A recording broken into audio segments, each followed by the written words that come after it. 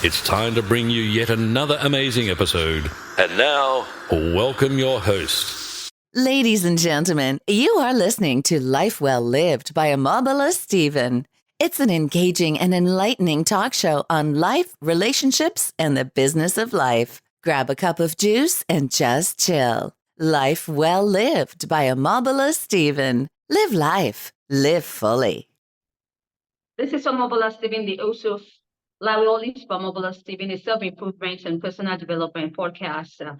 We share disruptive yet constructive mindset conversations and insight, focusing on personal development and self-improvement. We've come to realize the importance of embracing personal development along the course of our life, because when we embrace it, we get to find ourselves along the path, and we can just really be amazed at the potentials and the possibilities and that life has in offering for us if we can dare to embrace the changes and the transformation that personal development brings. Today, I have Carlos Davidovich, who is the medical doctor and international executive coach and author, on the show with me today. We will be talking about how we can use neuroscience to build better teams. So what a great topic of discussion on today's show. Welcome, Carlos Davidovich, to Library. Thanks a lot for your invitation. I'm delighted to be here. I'm honored to be here. A pleasure. Honored to have you, Carlos. Thank you once again, and my audience are looking forward to a really transformative insight, especially how we can use neuroscience to build better teams, and also looking at leadership along the course of the discussion. You draw upon your medical background and understanding of the brain to provide a unique coaching experience to top business leaders. Now, my audience really would love to know why this is a passion for you. Well, I mean, if I need to be 100% honest, life started putting things in my way. I made the decision to follow that, but it was a combination of circumstances, to be honest. So I worked as a medical doctor in Argentina, where I'm from. I worked as executive in business as well. I mean, did all the business side in my life. And in one moment, I had to move. I decided to move to Europe, and I found out I had to reinvent it myself. So, long story short, I ended working as executive coach. And in one moment, I heard somebody was in the United States doing something about connecting the brain with organizations. In that moment, I felt that I was able to do something similar, to follow that path. And long story short, many years later, that's exactly what I'm doing. So I give a lot of talks and lectures on something called neuromanagement. So to apply, let's say, the basic and I would say no, the practical tips on how the brain works in organizations, in human behavior. And at the same time, I work as executive coach. So what I'm trying to say is I found out that everybody today is quite trendy to talk about neuroscience. You know that. But I started like 15 years ago, but and I found out that people are very interested to know about themselves. And more you can understand, let's say, what is behind our behavior, better you can deal with those things in yourself and, for instance, in your team. And this is very important. And through all my years of working with teams and working with leaders, this was translated, let's say, to a very practical and concrete experiences where people were understanding more themselves or how people talk to each other. That was better to deal with their team, to connect with each other, and in the end, to become more productive. And now, Carlos, you work with teams and also with leaders. But really, today, many leaders believe that there is a high pressure, high conflict, and also high stress, which seems just natural and inevitable. I believe that you can also attest to this. Now, what can really help to respond to this situation, or how can we respond to this situation through the lens of neuroscience? If you talk about stress in the way that we understand stress, it's very important. So let's put it that way. The first word that comes to my mind is acceptance. So let's stop fighting with things that we cannot change. We cannot change what happened outside. We cannot change all the circumstances that are present and putting so much pressure on us, but we can decide in the way to respond or in the way to be prepared to face the things. More you know about yourself, better you will be able to deal with all these situations. So, what I'm trying to say is if you want to escape to this world of stress and pressure, okay, there are choices. I mean, you can leave the society as we know it in Western world. But if you need to live in that environment, it's time to take action. And taking action is not about the outside, it's about the inside. It's about how you develop yourself. At the same time, it's how much you know your team, how better you understand them as a human being to be able to lead them to the good results. Makes sense. That's why what we're saying is we cannot change the world that we live in. So, and today, we talk about the VUCA world, right? As an acronym. So it's a world, volatile world, uncertain, it's complex, and it's ambiguous. So that we don't have any influence to change that, but we have a full power and influence to work in ourselves and to work in our team. As a leaders, this is about how I can prepare or help my team to be prepared in the best way to deal with this external world, external, let's say, market that's so much under pressure. And what sometimes people don't understand that better you know yourself and better you know the tools that you have to fight this, you will do it better. So we need to be mindful of who we really are. Neuroscience brings all this understanding about yourself and also gives concrete tips on how to deal with high stress, how to deal with this external pressure, and in the end, to make the right decisions in yourself and in your team when you're working with them. Make sense? So does it really mean that neuroscience is the answer to all of these situations? I don't know. I cannot. I don't want to be so extremist. So what I want to say is one way to learn how to deal with this external situation better. That's for sure. Is the only way. I don't want to say that. I don't want to be so extreme on this.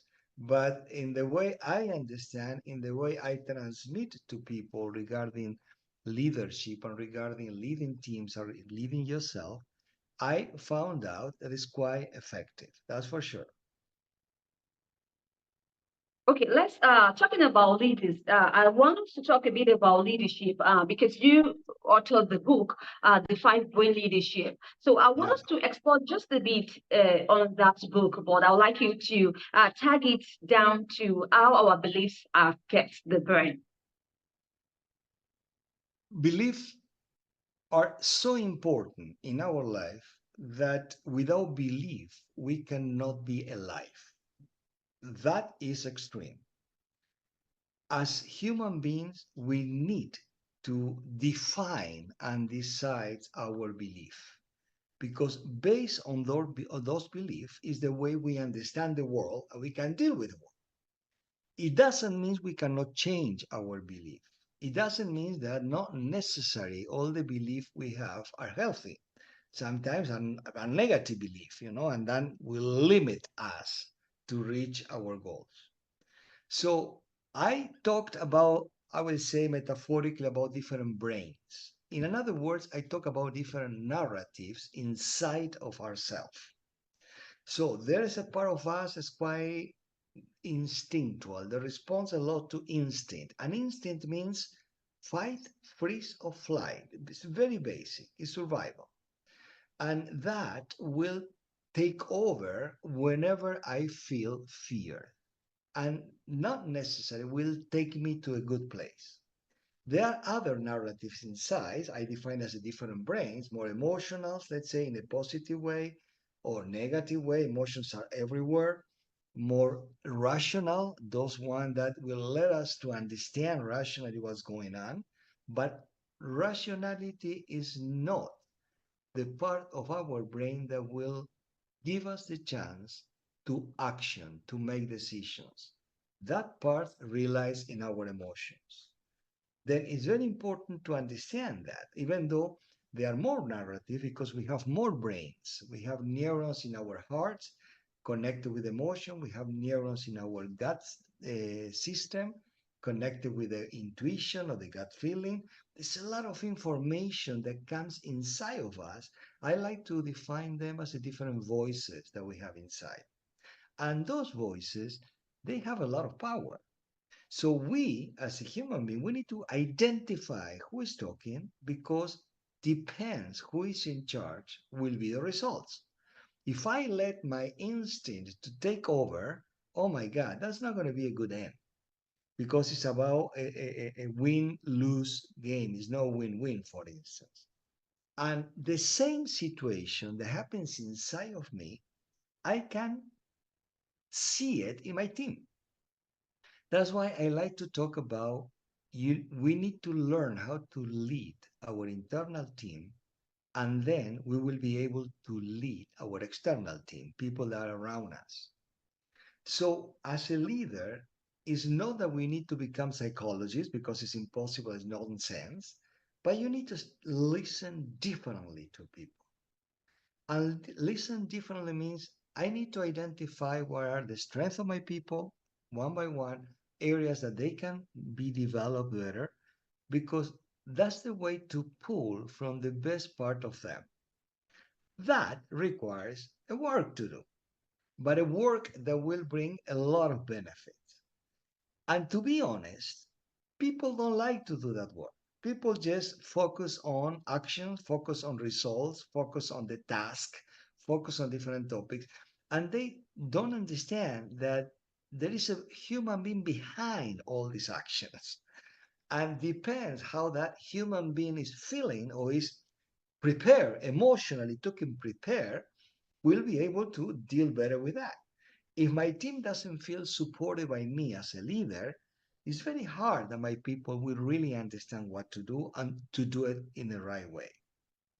I remember, today I was talking with one person from a team of a leader that I'm coaching, and it's so clear there was a misunderstanding, and each of them understood X situation completely different way.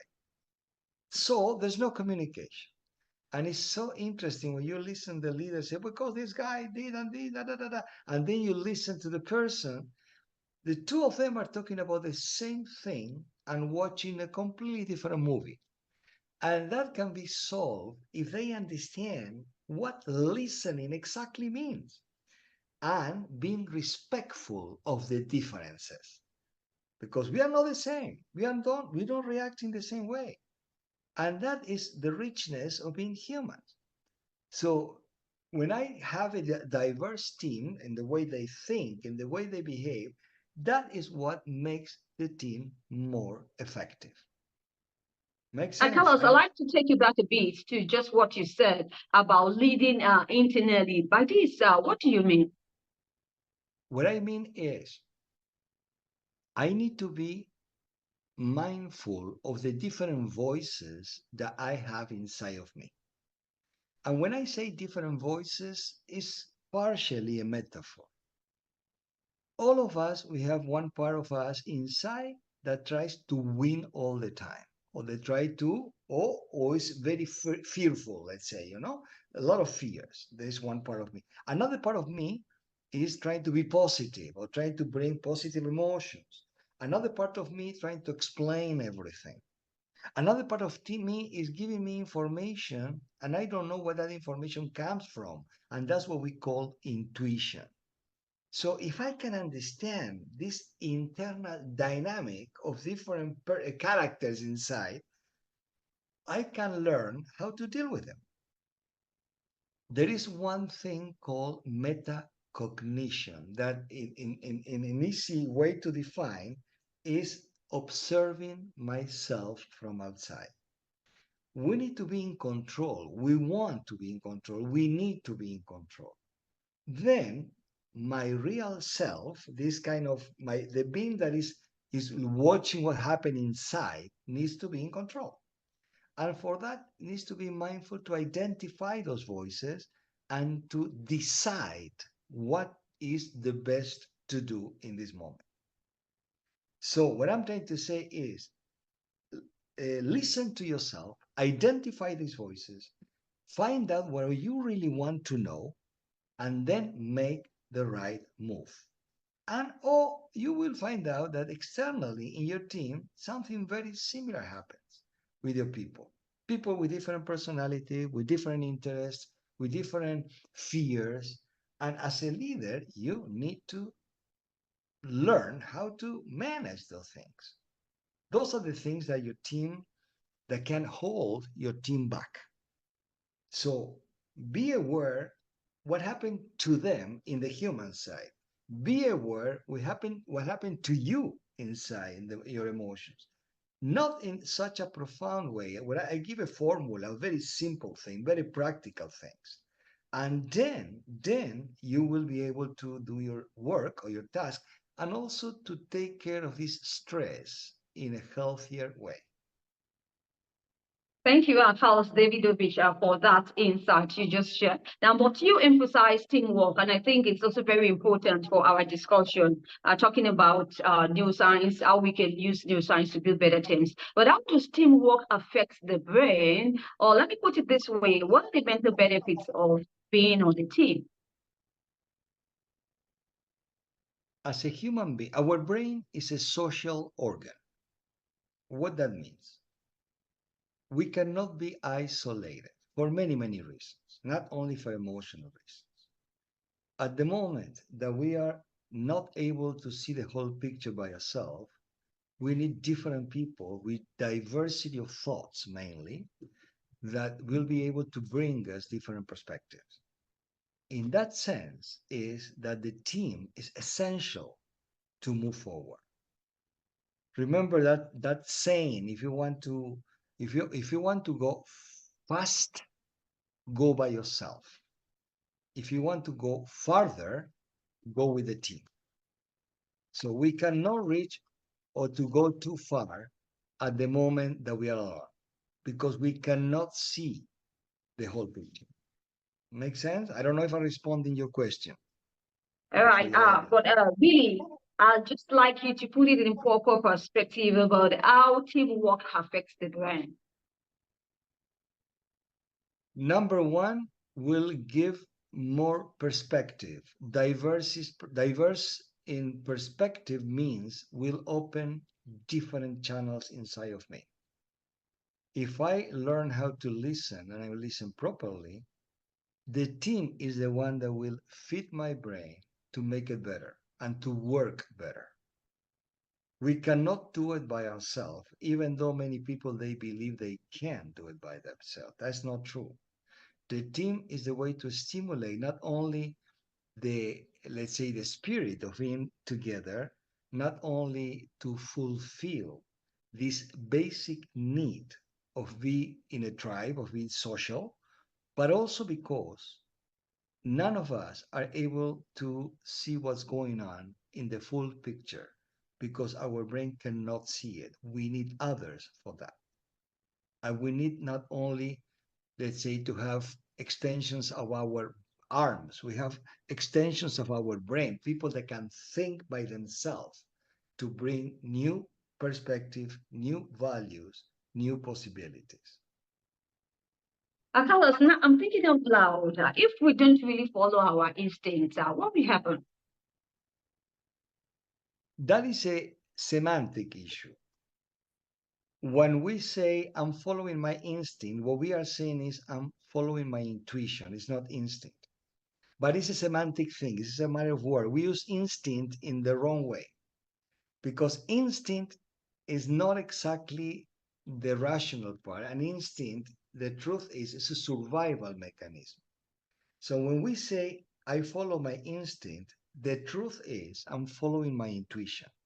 That is what really happened. And intuition means all this information that comes mainly from our gut, connecting with the big brain, that comes from the sum of all the experiences that I've had in life.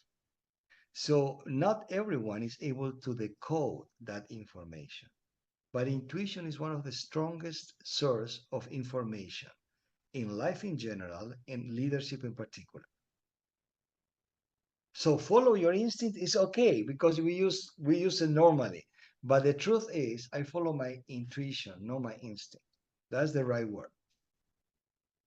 Even though everybody used the other one.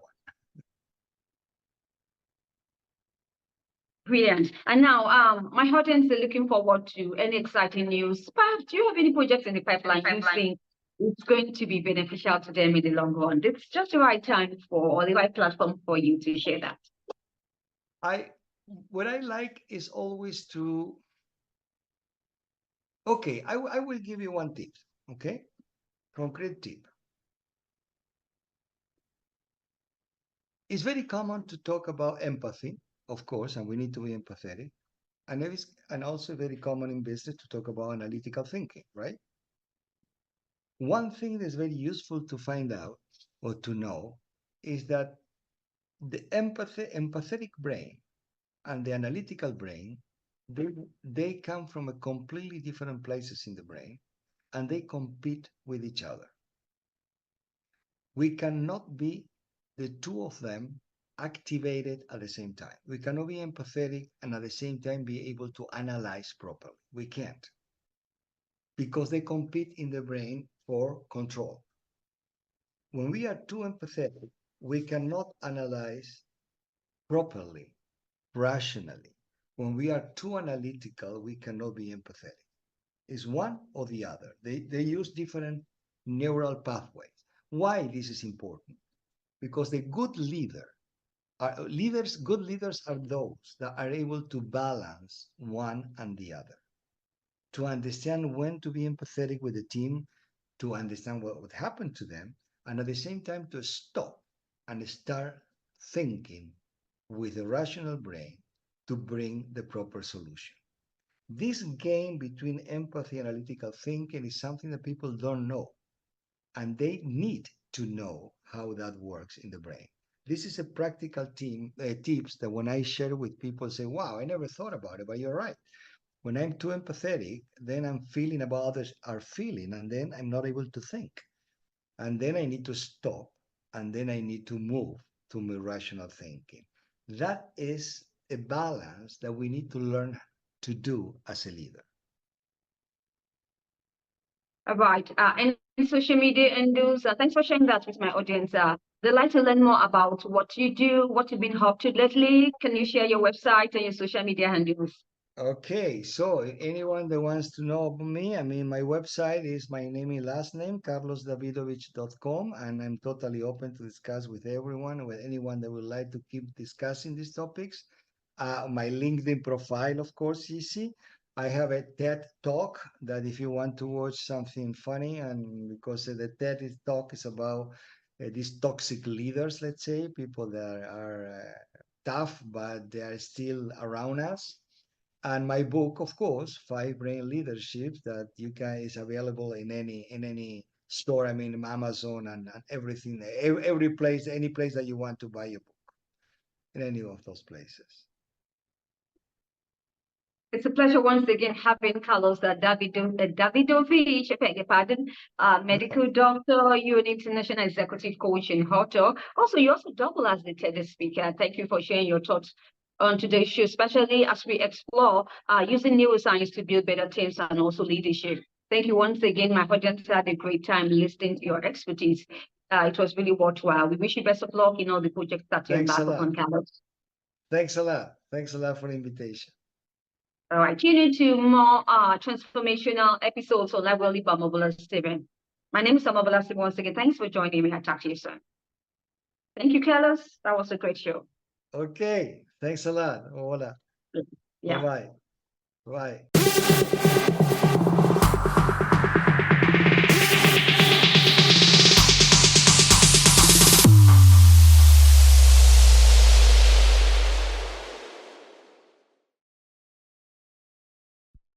If you enjoyed today's episode, make sure you subscribe and leave us a review.